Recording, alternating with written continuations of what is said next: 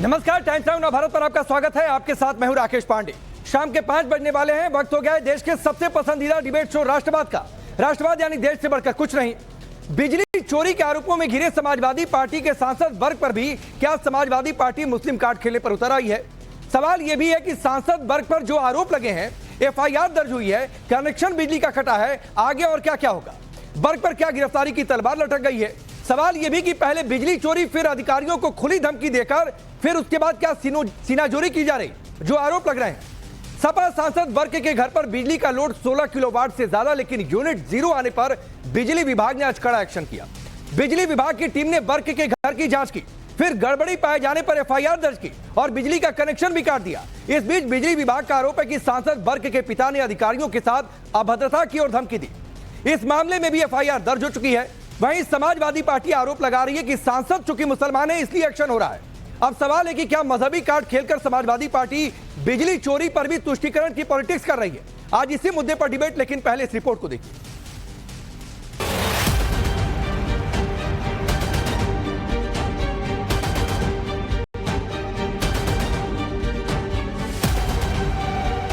संभल से जनप्रतिनिधि 24 नवंबर को हुई हिंसा के आरोपी नंबर 1 समाजवादी पार्टी के सांसद जियाउर रहमान वर्ग पर अब की बार मुश्किलों की बिजली गिरती नजर आ रही, क्योंकि पहले से ही एफआईआर के फेर में फंसे सांसद महोदय अब बिजली चोरी के आरोप में बुरी तरीके से फंस गए।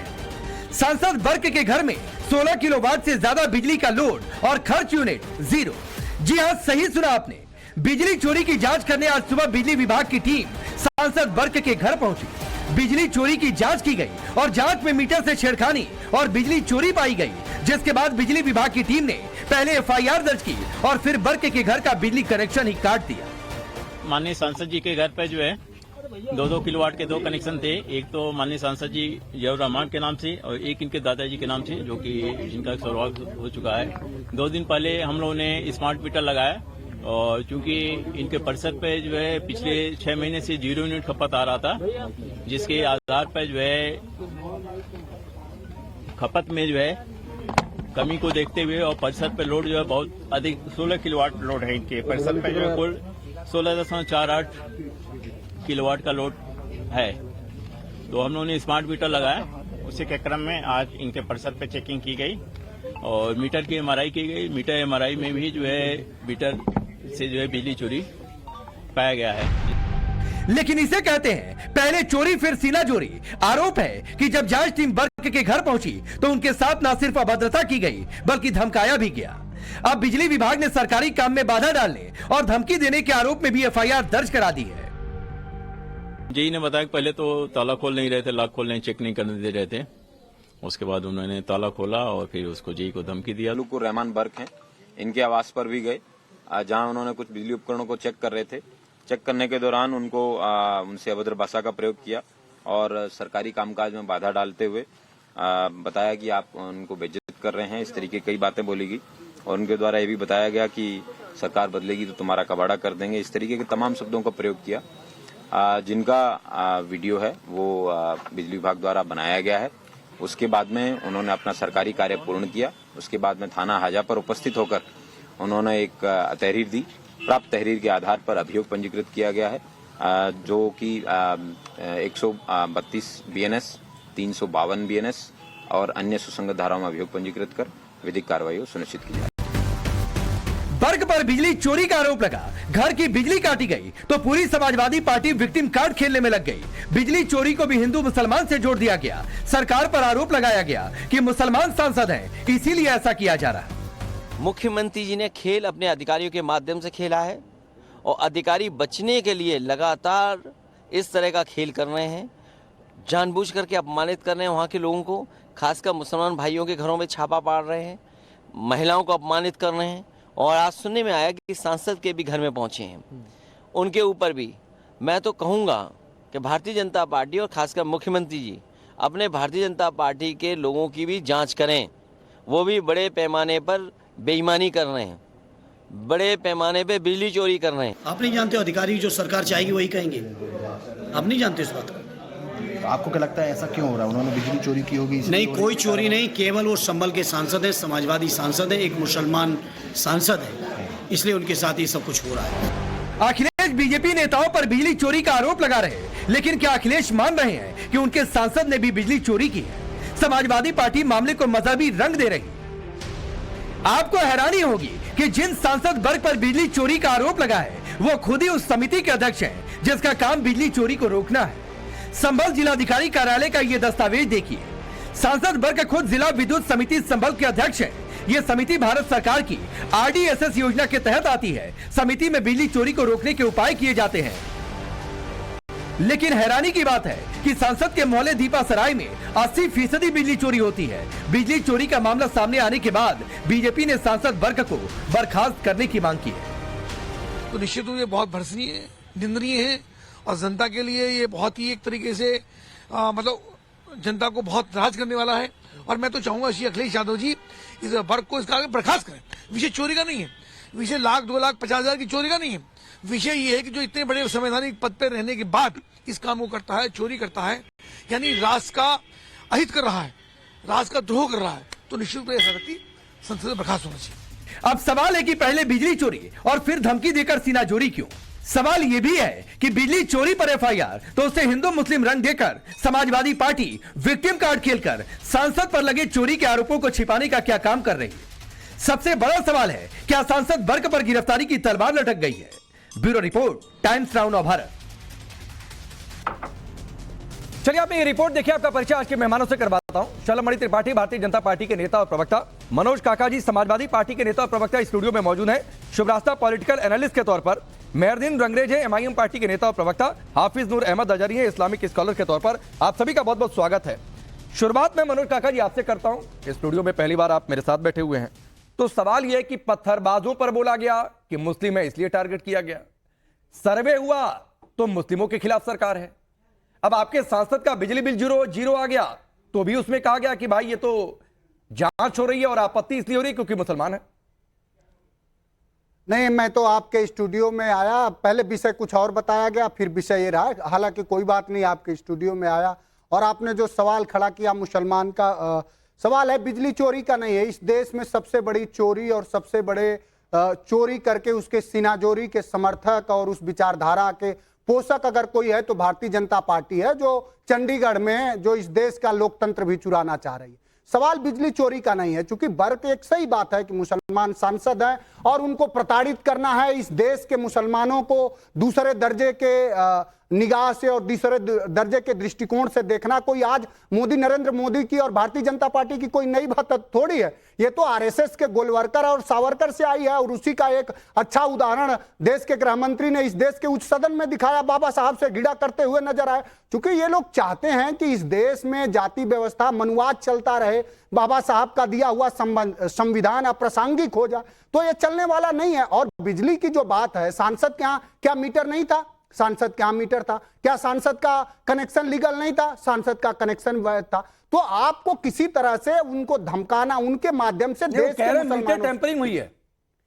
अब मीटर सबसे ज्यादा अगर टेम्परिंग कहीं हुई है और सबसे ज्यादा अगर बिजली की कहीं चोरी हुई है तो भारतीय जनता पार्टी के पोषित उद्योगपतियों और संस्थानों में आप देख लीजिए। भारतीय जनता पार्टी के बहुत ऐसे सांसद हैं जिनकी 1 रुपए की बिल जमा नहीं होगी। और वो चूंकि भारतीय जनता पार्टी का हमारे पूर्वांचल में सारे अपराधियों के कौन कौन से बिजनेस चल रहे हैं, एक उनकी कोई चेकिंग नहीं होती है। उनके न गाड़ियों की चेकिंग होती, न उनके बिजली का चेकिंग होता है, न उनके असलहों की चेकिंग होती है। 100 असलहों के साथ चलते हैं और गाड़ियों। और योगी आदित्यनाथ जब जाते हैं तो उनके बगलगीर में बैठते हैं क्योंकि उनके सजाती हैं। अब वहां जो DM है, वहां का जो CO है, सर्किल जो अफसर है, वो उसका भाई आप देखिए मीरपुर से चुनाव बीजेपी से टिकट मांग रहा था। तो भारतीय जनता पार्टी को कुल मिलाकर के इस देश के मुसलमानों को डराना है, धमकाना है और धार्मिक उन्माद की बात करनी है। चूंकि विकास की बात कर सकते नहीं, शुचिता की बात कर सकते नहीं, संविधान पर देखी गए उनका जो पूरा, मैं खत्म कर रहा हूं साहब, रुकिए। आपके वो उनके जो संविधान पे उनकी जो तुष्टीकरण और उनकी जो हिकारत भरी दृष्टिकोण था अमित शाह का, पूरे देश के सामने है। आज पूरे देश के बहुजनवादी सड़कों पर हैं। तो इससे कुछ होने वाला नहीं है। अगर बिजली उनको चोरी करनी होती तो अवैध कनेक्शन होता, उनके यहाँ मीटर नहीं होता।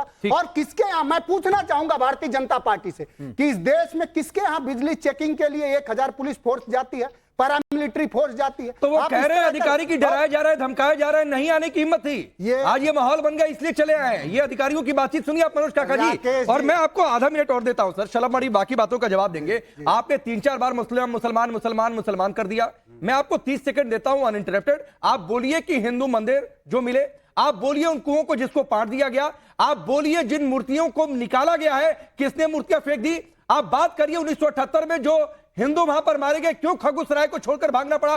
30 सेकंड बोलिए सर। नहीं बिल्कुल बोलिए, आप बिल्कुल बोलिए। आप भूल जा रहे हैं, आपका इतना जल्दी, मैं तो समझता हूं कि आपके ठीक ठाक विवेक होंगे, आपको नहीं भूलना चाहिए 2002 में सबसे ज्यादा हिंदू मारे गए, गुजरात में मारे गए, मुसलमान मारे गए, हमारे नागरिक मारे गए। वहीं गुजरात में ये पुल गिरा, 184 लोग मारे गए, सबसे ज्यादा लोग मारे गए। तो सबसे ज्यादा लोगों का वध तो हुआ भारतीय जनता पार्टी के। 1978 की बात ना करें काका जी। बिल्कुल बात करिए। और इस देश में कहां कुएं नहीं थोपे। आपकी हो सकता है कि राजनीतिक समझ और भारतीय जनता पार्टी के वाली, मैं आपको तो नहीं मानता, लेकिन बहुत लोग दरबारीगिरी करने में जो भारतीय जनता पार्टी से व्हाट्सएप यूनिवर्सिटी से आ जाता वही पढ़ देना चाह। कहां कुआं नहीं पाटा गया इस देश में? क्या आपको इतने जानकारी नहीं है कि जल का जो स्तर है, जो भूमि में जो जल का स्तर है, वो ग्राउंड का उसका लेवल कितना नीचे गया है? जब वैज्ञानिक बात ही नहीं करेंगे। हमारे गांव में कुआं पाट दिया गया और धार्मिक महत्व वाले कुएं पाट दिए गए, एक ही हो गया। सभी के पूरे भारत में एक ही बात हो गई।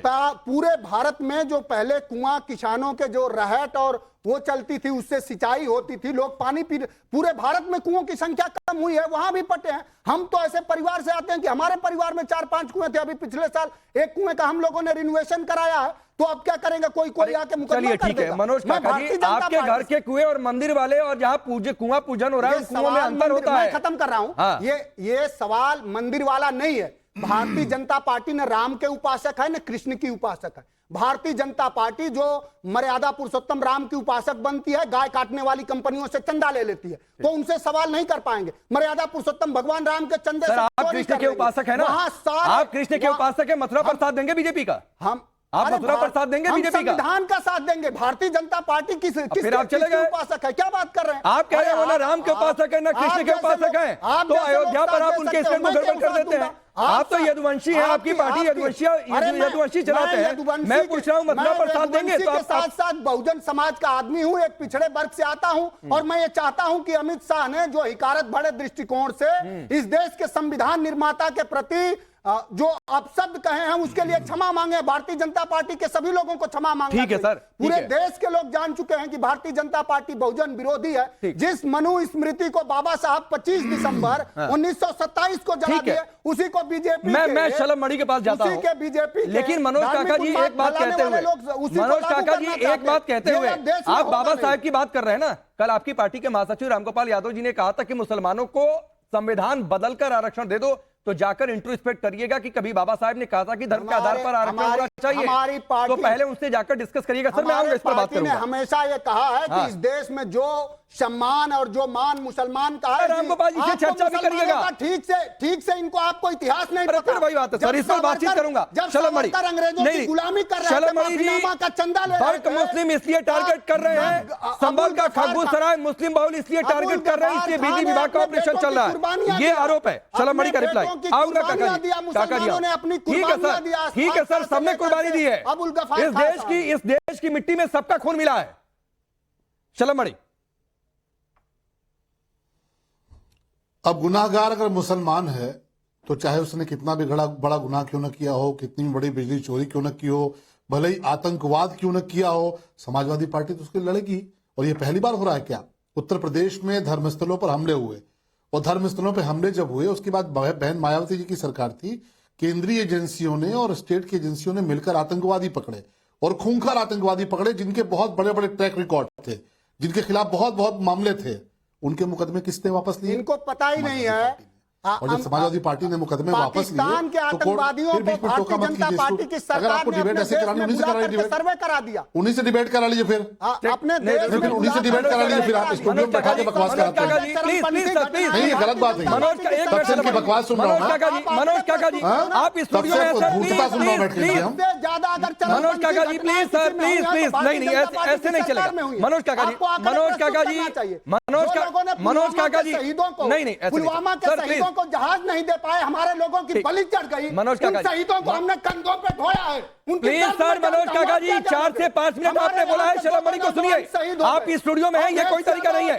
नहीं, बिल्कुल नहीं चलेगा। आप क्या जानोगे अभी आप क्या जानोगे शहीदों के खून पर, मनोज काका जी, पर भी मुझे राजनीति करती है भारतीय जनता मुझे पार्टी। 1 मिनट रुक जाइए। आप क्या जानोगे? मनोज काका जी, हमारे घर के लोग सरहदों की सुरक्षा किए हैं, मनोज- हमारे सगे भाई फौज मनोज में। काका जी, क्या बात कर रहे हो? मनोज काका जी, आप मनोज हमें बताओगे मनोज काका कि जी, राष्ट्रवाद क्या है? मनोज काका जी, आप गाय सर काटने वाली प्लीज कंपनियों प्लीज, से चंदा लेते मनोज हैं। काका जी, आपने आप- डिबेट की आप- शुरुआत आप सर प्लीज देश ऐसे के सारे नहीं, बेईमानों डिबेट का डिस्टर्ब नहीं संरक्षण करना। कर रहे हैं और मनोज आपको काका जी, जानिए। डिबेट डिस्टर्ब नहीं करना। नहीं, नहीं, जाइए सर, डिबेट प्लीज। क्या हाँ, डिस्टर्ब रुक जाइए ना सर, आप प्लीज। इस तरह की बात आपकी करेंगे। शुरुआती बात आप में हमसे पूछेंगे, आप आपकी हमसे शुरुआती पूछेंगे। बात में शलम मणि ने बिल्कुल इंटरप्ट नहीं किया। इंटरप्ट तो आप उनको सुनिए सर पहले। मैं भी डिबेट से अभी मैं उठ रही हूँ, क्योंकि ऐसे संभव नहीं है बात नहीं नहीं, करना। शुभ्रा साहब प्लीज, अभी सबकी आवाज डाउन करिए, मेरी आवाज भी डाउन करिए, फिर शलम मणि की आवाज अंदर है। अपने पॉलिटिकल मेरी पार्टी आवाज, की रैली में स्टूडियो की पूरी आवाज हटाइए और शलम मणि को बिठाइए। भाषण क्यों करते ऐसे नहीं होता है। नहीं नहीं, ऐसे नहीं होता, सबकी आवाज डाउन होगी, मेरी भी आवाज डाउन होगी। शलम मणि जी को दोबारा बुलाइए, उनको बिठाइए और सिर्फ शलम मणि जी की आवाज ऑन एयर जाएगी और किसी की नहीं जाएगी। प्लीज, नहीं ऐसे होता है ना। हमसे राष्ट्रवाद का लेंगे, हमसे तो आप भी नहीं लेंगे ना। आप इस देश अभी सिर्फ शुभ रास्ता की आवाज ऑन एयर, मेरी भी आवाज डाउन करिए। 10 सेकंड में चुप नहीं हुए तो कोई डिबेट में नहीं बैठ पाऊंगी। पूरी स्टूडियो की आवाज 1 काटिए, मैं चुप हो 2 जाऊं, सिर्फ शुभ रास्ता की आवाज। 3 4 5 6 7 8 9 10 ये अभी भी बोल रहे हैं। इनकी बात भले ही फेडर डाउन किया गया होगा, ये लगातार बोल रहे हैं। यही बदतमीजी है, यही बदतमीजी है जो इनके सांसद ने आज हमारे टैक्स पेयर के पैसे से जो प्रशासन चलता है उनके लोगों के साथ की है। और इस बदतमीजी का जवाब इनको जनता इसीलिए बार बार देती है। लेकिन ऐसे बदतमीज लोग सुधरते नहीं है। मुझे समाजवादी पार्टी से दिक्कत नहीं है, मैं बहुत क्लियर कर दूं, लेकिन समाजवादी पार्टी के अंदर जो कुछ गुंडे घुसपैठ कर चुके हैं। कैमरे को इधर लाइए, सबकी आवाज डाउन करिए, सबकी आवाज डाउन करिए, चल रही है उससे सबकी आवाज डाउन करिए। कैमरा मेरे पर लेकर आइए, कैमरा यहाँ रखिए, कैमरा यहाँ रखिए, मेरे पास ले आइए, सबकी आवाज डाउन करिए। मैं सबसे रिक्वेस्ट कर रहा हूं, मनोज काका जी आपसे भी रिक्वेस्ट कर रहा हूं सर, इस स्टूडियो की एक मजबूरी है कि अगर एंकर का माइक ऑन एयर है, एंकर का माइक ऑन एयर है, तो जो गेस्ट स्टूडियो में रहेंगे सर उनकी आवाज ऑन एयर जाएगी सर। और मैं सबको कह रहा हूं कि सर बहुत सभ्य भाषा और शब्दों का इस्तेमाल करें। मनोज काका जी, सर आपसे मैंने डिबेट की शुरुआत की थी, 5-6 मिनट आपके पास रहा सर, तो आपको शलम मणि के बीच में बिल्कुल नहीं जाना चाहिए था। फिलहाल शिवराज सिंह चौहान की प्रेस कॉन्फ्रेंस हो रही है, उधर रुक करते हैं। देवेंद्र जी,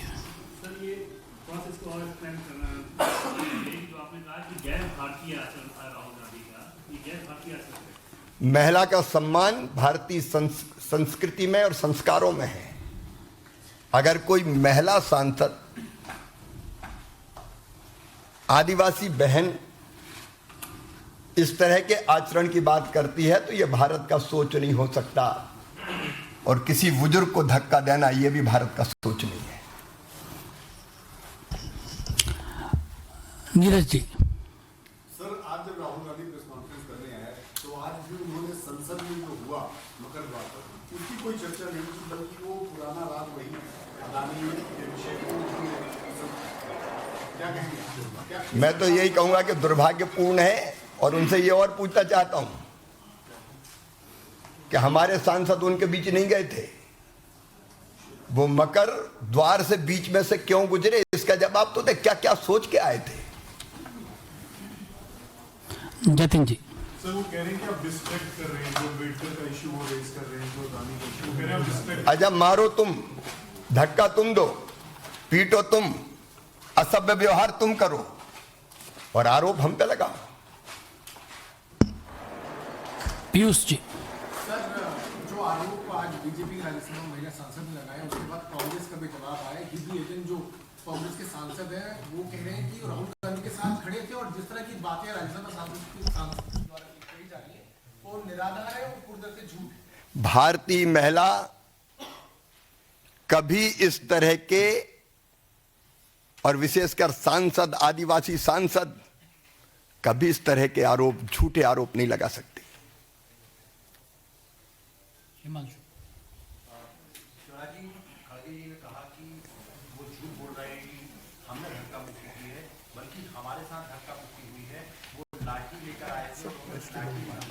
अब आप बताइए, लकड़ियां थी हाथों में, लकड़ियां थी क्या किसी के हाथों में? अब लकड़ी कोई नहीं जानते, वो कौन लकड़ी लेके आया था? सारे दृश्य सबने देखे, अब वो असत्य बोल रहे हैं, घुमाने की कोशिश कर रहे हैं। आमोद रहे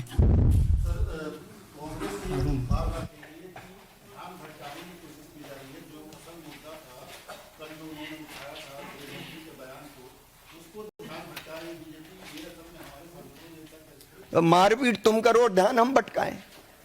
मैं तो सीधे ये पूछता हूं कि वहां बीच से गए क्यों, बीच में गए क्यों? हम लोग तो नहीं जाते उनका धरना प्रदर्शन, कोई आंदोलन होता है तो। संजय शर्मा जी। सर मेरा सवाल है, हमारे साथ अनुराग जी, आपके साथ अनुराग जी भी बैठे हुए हैं, पुलिस में एफआईआर भी दर्ज करे, पुलिस में शिकायत भी हुई है। क्या आपको लगता है कि राहुल गांधी को आप लोग लोकसभा नेता और प्रतिपक्ष से हटाने की मांग करेंगे? जो वैधानिक कार्रवाई है हम केवल उसकी मांग करेंगे। मोहित भट्ट।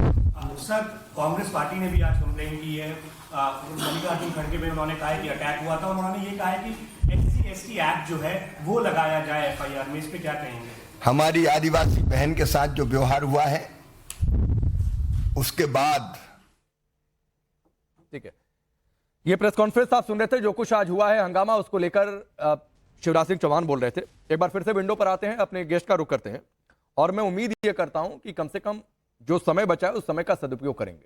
ऑन एयर टाइम बहुत कीमती होता है, अपनी अपनी बातें पहुंचानी होती हैं। शिवराज साहब, आपको रोकना पड़ा था अपनी बात, और सभी लोग मुद्दे पर रहेंगे, सिर्फ मुद्दे पर रहेंगे। ये मुस्लिम राग खेला जा रहा है सिर्फ तुष्टीकरण के लिए। बिल्कुल बिल्कुल ही तुष्टीकरण के लिए खेला जा रहा है। अब नहीं तो आप मुझे बताइए कि सवाल पूछा जा रहा है एक स्पेसिफिक इंसिडेंट पे जो किसी सांसद के घर पे हुआ, मैं यहां क्यों बैठकर सुनूं कि पूरे विपक्ष का और समाजवादी पार्टी का पर्सपेक्टिव क्या है हिंदुत्व को लेकर, भारतीय जनता पार्टी और हिंदुत्व के उनके कनेक्शन पर क्या, इसका क्या लेना देना है? भाई बिजली चोरी का इल्जाम सांसद बर्ग पर लगा, यहां प्रशासन से कुछ लोग गए, उनके साथ बदतमीजी की गई, बस इतनी सी घटना पर बोलने में क्यों जा रहा है? क्यों किसी को होठ कंठ लग रहा है इसमें? तो सिंपल सी बात है ना, उस घटना की निंदा करनी चाहिए तो निंदा कीजिए, आपको नहीं निंदा करनी है तो कहिए कि नहीं हम बर्ग के साथ खड़े हैं। इसमें इतना बड़ा तीम ताम क्या है? इसमें मैं क्यों सुनूं कि राम के बारे में भाजपा क्या सोचती है, कृष्ण के बारे में आप क्या सोचते, तो दिख गया। नहीं तो आज आप प्रण लीजिए ना कि हाँ हम कृष्ण जन्मभूमि को लेकर के सपा का स्टैंड यह है और हम उस स्टैंड पर टिके रहेंगे। संविधान में कहीं भी ये नहीं लिखा गया है, मंदिरों पर स्पेसिफिकली संविधान में चर्चा नहीं की गई है, इसीलिए मेरे जैसे लोगों को मूर्ख बनाना बंद करें। एज ए हिंदू मैं जानना चाहती हूं कि मेरा जो एक मंदिर है जिस पर मेरी आस्था है, मेरी मान्यता है कि वहां पर कृष्ण जन्मभूमि बड़े अच्छे से बनना चाहिए, उसको लेकर के समाजवादी पार्टी का पक्ष क्या है? समाजवादी पार्टी जो अपने को यादवों की पार्टी कहती है, क्या है पक्ष उसका? मैं बस सिंपल से दो सवाल पूछ रही हूँ, इसका जवाब देने में मुझे भारतीय जनता पार्टी और हिंदुत्व और उनके राम तत्व पे क्या उनकी व्याख्या मुझे नहीं सुनना। ठीक है, बोलिए काका जी। समाजवादी पार्टी से राम पे नहीं सुनना। ठीक है काका जी, 30 सेकंड रिप्लाई, फिर मैं बाकी मेहमानों का रुख करता हूं। देखा कार सेवकों पे गोली चलाई गई, सब देखा हमने कि वो राम को लेकर क्या पर्सपेक्टिव है उनका। देखिए मैं तो वैसे आपके सवालों का जवाब देना मुनासिब समझूंगा, लेकिन फिर भी किसी ने सवाल किया है, हमारे घर में बहन बेटियां किसी को बदतमीज नहीं कहती। मनोज काका आप क्यों नहीं पर्सनल मत हो, ये मेरी हाथ जोड़कर रिक्वेस्ट है सर, देखिए कोई पर्सनल ना हो जाए प्लीज, प्लीज कोई पर्सनल ना हो। एक सेकंड मैं जानना चाहती हूँ कि मैं इस टेलीविजन सवाल किया है तो जवाब तो सुनेंगी। सामने बैठी हूँ क्योंकि ये वही नेता है जो कल मुझसे मेरा वोट मांगने आएंगे, इनको मुनासिब नहीं लग रहा है मुझे सुनना, इसका मतलब कि वोटर की बात नहीं सुनना चाहते। नहीं ठीक है शुभ्राज साहब, आपने सवाल पूछा, वो जवाब भी दे रहे हैं। शुभ्राज साहब जी प्लीज, वो जवाब दे रहे हैं। तो शुभ्राष्टा आप हमारी अगर संवाद को छोड़ दिए जाती है तो हमारी बहन समान होंगी, और हमारे घर में हमारी कोई बहन किसी को बदतमीज नहीं करती, लेकिन जिनके घर के लोग पूरा घर बदतमीज होता है तो अपने बहन बेटियों को इसी तरह की भाषा का मर्यादा सिखाते हैं। दूसरी बात नहीं, प्लीज पर्सनल नहीं। मनोज काका जी आपकी बात गलत है, आप मामले को मैं ये बदतमीजी बर्दाश्त नहीं बिल्कुल नहीं बर्दाश्त करूंगी। इनको कोई हक नहीं है कि ये मेरे माँ बाप और मेरे संस्कार पर जाएं, नहीं तो मैं इनको अच्छे से संस्कार दिखा सकती हूँ। मैं इस डिबेट का बहिष्कार करती हूँ, और आज के बाद किसी भी सार्वजनिक मंच पर मनोज काका जैसे गुंडे और बदतमीज नेता के साथ नहीं बैठूंगी। मैं एक इल्जाम और लगा रही हूँ कि अगर कभी मनोज काका मुझे पर्सनली मिलता भी है, अगर कभी मुझे समाजवादी पार्टी का जो पक्ष है वो संविधान सम्मत है, और संविधान में ये बात कही गई है, संविधान में ये बात कही गई है कि सभी को अपने धर्म और पंथ के उपासना की पूरी स्वतंत्रता है, और समाजवादी पार्टी उसी के साथ खड़ी है। समाजवादी पार्टी की जो मनोज काका जी सर, आपसे ये उम्मीद नहीं थी जो आपने आज किया है, और इसलिए उम्मीद नहीं थी कि आपने शुभ्रास्ता को लेकर जो कहा मैंने पहले रिक्वेस्ट किया था सर, नहीं ठीक है वो मैंने उसको इंटरप्ट कर दिया था मनोज काका जी, लेकिन आपको शुभरास्ता के परिवार पर जाने की कोई जरूरत नहीं थी। अगर आप ये ठान कर बैठे हैं सर, अगर आप ये ठान कर बैठे हैं कि शो खराब करेंगे और डिबेट डिरेल करेंगे सर, तो आप कर लीजिए, ये आपको मुबारक हो सर।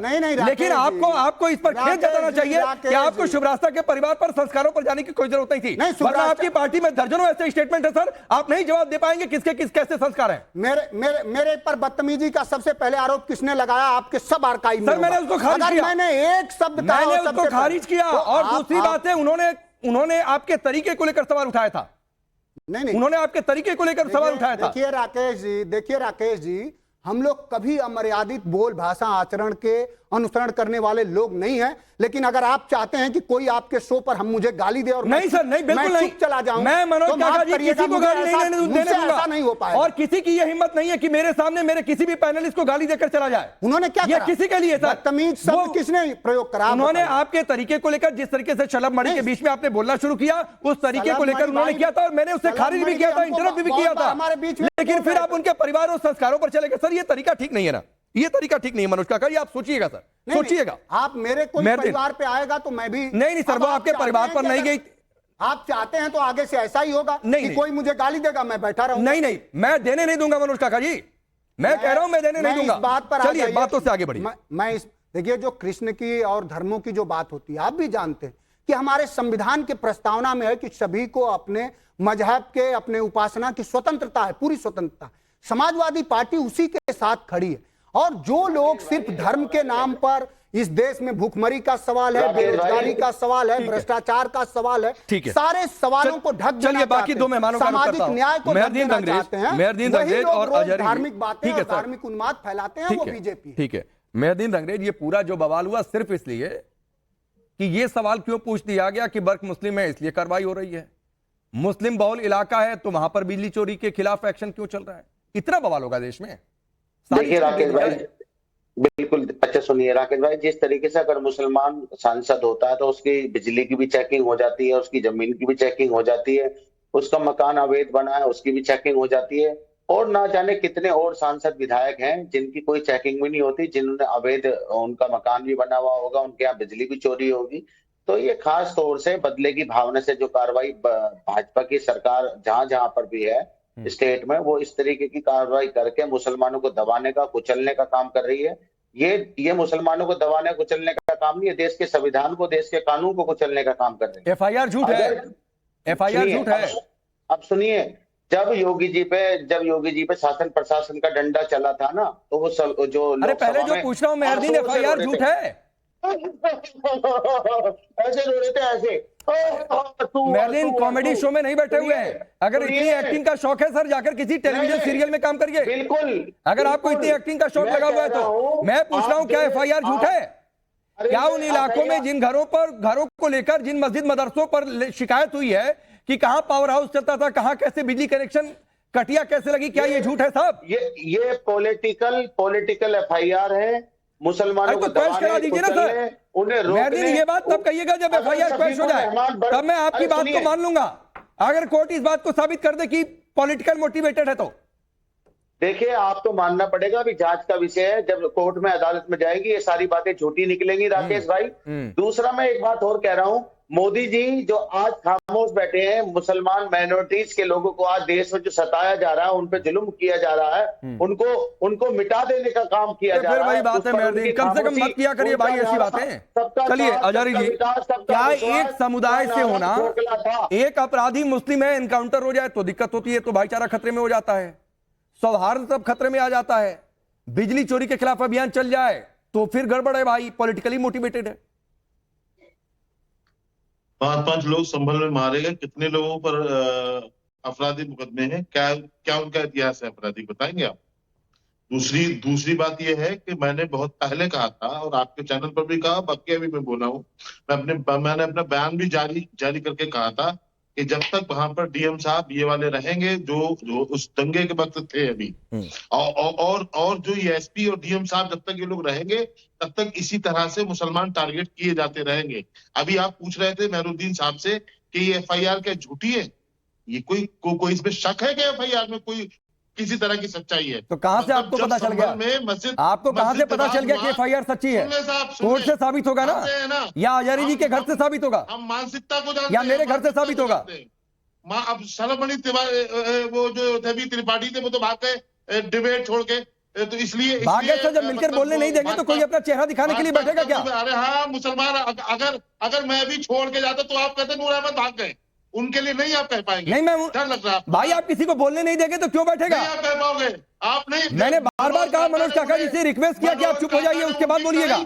ये नहीं चुप हुए, उनको लगा कि मैं नहीं बोल पा रहा हूँ, नहीं अपनी बात रख पा रहा हूँ, चले गए। सवालों से नहीं भागे शलभमणि त्रिपाठी, ये बात जानिएगा। उनकी औकात, सवालों से नहीं भागे शलभमणि त्रिपाठी, मैं आपको बता रहा हूं, और ना सवालों से भागिए शुभ रास्ता। सुन ले, शलभमणि त्रिपाठी जवाब ही नहीं दे पाए, भागेंगे नहीं तो करेंगे क्या? खैर, मैं अपनी बात पे आकर के बात करना चाहता हूं आपसे। मेरा सीधा कहना ये है, और बहुत जिम्मेदारी के साथ आपके चैनल पर कह रहा हूं कि जब तक वो डीएम साहब रहेंगे। अरे तो 1978 में कौन से डीएम थे, पता किया कभी? आजादी के बाद से 45 से 22% पूरे संभल में हिंदू कैसे हो गए, पता किया कभी? डेमोग्राफी क्यों चेंज हो रही है, पता किया कभी? ये कहानियां मत सुनाइए, कहानियां नहीं है भाई, ये ऑन रिकॉर्ड डेटा बता रहा हूं, सेंसस का डेटा बता रहा हूं, अपने घर से नहीं लेकर आया मैं डेटा। दिखाएगा मुसलमानों को, जाकर 1947 और 2011 के सेंसस का डेटा देख लीजिए, बहुत रिकॉर्ड देखने का शौक है। सूर्य प्रकाश मैथिल जुड़े हुए हैं। सूर्य प्रकाश मैथिल, एक वर्ग सिर्फ यह चाहता है कि वोट बैंक के लिए एक समुदाय के लोग हैं तो वहां कोई एक्शन ना हो, और इस पर सवाल पूछ लीजिए तो दिक्कत होती है। धन्यवाद पहले तो आपको और पूरे देश को भारत माता की जो वंदे मातरम। और देखिए, ये तो सर्वविदित है और हमेशा से रहा है कि जो स्पेशल प्रिविलेज अपने आप को सिटीजन SPL SPC मानते हैं, जिनके लिए कोई कानून जो है वो कानून इनके लिए एग्जिस्ट नहीं करता होगा, उस कानून उन लोगों को तो ये परेशानी होगी। आप संभल ले लीजिए ना, आज बिजली चोरी के किस प्रकार से मामले पकड़ में आ रहे हैं, देख रहे होंगे आप लगातार। पूरे संभल के अंदर जितनी आउटगोइंग है, जितना भेजा जाता है, उसमें से 80% या 85% लाइन लॉस है। आप देखिए किस प्रकार से संभल के अंदर जो स्वतंत्रता के समय में जो मैं ये कहूं कि जो आबादी थी वो 45% मुसलमान की थी, 55% जो थी वो हिंदुओं की थी। वो धीरे धीरे लगातार कहां पहुंच गई? आज 10 से 12%, 15% हो गए।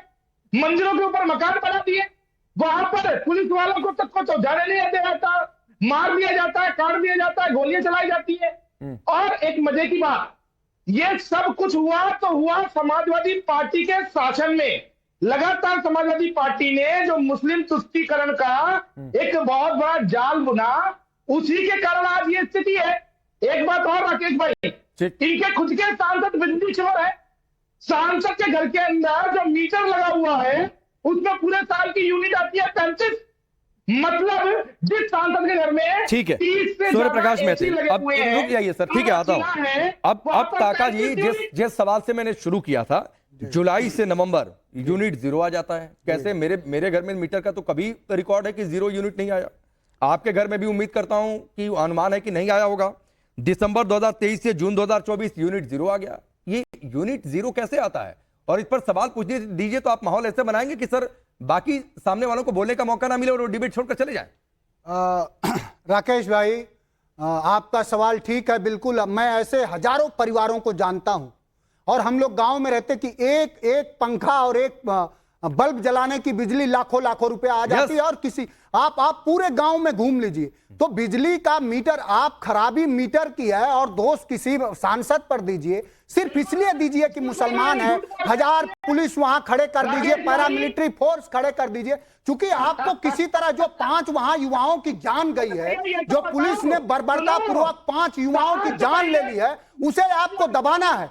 आपको यह दिखाना है, आपको दिखाना एक आदमी के खिलाफ, एक सांसद के खिलाफ पूरी भारतीय जनता पार्टी की राज्य और केंद्र की सरकार लगी हुई है, और कुछ दरबारी भी लगे हुए हैं जो टीवी से लेकर जमीन पर माहौल बना रहे हैं। लेकिन वो लोग इसी देश के नागरिक हैं और वो किसी तरह के चोर नहीं है, ये सब उनको जानते हैं। संभल की ये यहाँ जनता ने बैठकर चुना ज्ञान है, दे वो रहे हैं। माननीय सांसद ये कह रहे हैं कि हैं, और इतने हर सारे तरह लोगों के जुर्म का लाखों रुपए जवाब मिटा समाजवादी पार्टी हमेशा देगी। हमारा न कोई सांसद चोर ठीक है सर, रहेगा, ठीक है, और हम लोग ठीक है, हमेशा नियम एक- कानून एक- और बाबा साहब के संविधान ठीक है को मानने वाले मनोज लोग काका जी, हैं। एक लेकिन बात मैं कहते खत्म हुए सर, एक बात कहते हुए सर, जी हमारे देश की संस्कृति रही है कि अतिथि देव के समान होते हैं सर। जी आप स्टूडियो में हैं और मैं आपसे सर रिक्वेस्ट करके आपको आज विदा करूंगा, और इसलिए रिक्वेस्ट करके विदा करूंगा कि जो माहौल आज पैदा हुआ सर, वो बिल्कुल भी आप भी जाकर एहसास करिएगा कि सर ये बिल्कुल ठीक नहीं हुआ है। राकेश जी, आप हमें जो बता रहे हैं, हम लोग तो उस परंपरा को मानने वाले लोग हैं कि आवत ही हर्ष नहीं नैनन नाही स्नेह तुलसी तहान जाइए कंचन बरसन नहीं। लेकिन नहीं मनोज काका जी, लेकिन आप अगर अपने यहाँ नहीं, बैठा आपने करके 6 मिनट और बोला था हमें सर, अगर मैं गालियां दर्शकों दिलाना के सामने चाहें, कहता हूं तो मनोज काका जी, नहीं आ आपने- पाएंगे, नहीं आपके नहीं साथ सर, संवाद नहीं कर नहीं, आप जो अगर गाली से अगर कोई नहीं सर, आपके मेरी मनोज बात काका जी, मैं अपने नहीं, प्लेटफॉर्म से देश के नहीं, दर्शकों के सामने कह रहा हूं, और हमारे दर्शक हमारे लिए देवता के समान है सर, वो मेरे उनके लिए प्यार भी से है, हम चलते हैं। वो मेरे लिए भी आपको है, कोई आप बैठकर नहीं गाली कर देगा सकते, मेरे भी दर्शक- सर, आपको दर्शक कोई भी को गाली भी देगा, नहीं है। मैं वो उसे बर्दाश्त नहीं दर्शक करूंगा और आपसे पहले आवाज उठाऊंगा आपका सर, निर्विवाद- लेकिन प्लीज सर, आपके दर्शक और हमारे भी दर्शक, सबके दर्शक एक जी। है। वो दर्शक देख के हमें बताएंगे और कमेंट करेंगे कि सबसे बिल्कुल पहले ठीक बात है सर, ये बदतमीज दर्शक ही तय सबका करेंगे, और मैं दर्शकों पर छोड़ता हूं कि आज जो कुछ हुआ और 2 मेहमानों को डिबेट छोड़ना पड़ा, तो उन्हें ना बोलने की वजह से मौका मिला, इसलिए डिबेट उन्होंने छोड़ा, या फिर परिस्थितियां इस तरीके से बनी। मनोज काका जी, मेरे पैनल पर कोई भी किसी भी मेहमान के खिलाफ, मैं आपके खिलाफ नहीं, मैं पहले बता रहा हूं, अगर कोई बोलेगा मैं सबसे पहले इंटरप्ट करूंगा सर। आप सबका बहुत बहुत शुक्रिया, उम्मीद करता हूं कि आगे से ऐसी परिस्थितियां नहीं होंगी। आप सबका बहुत बहुत शुक्रिया।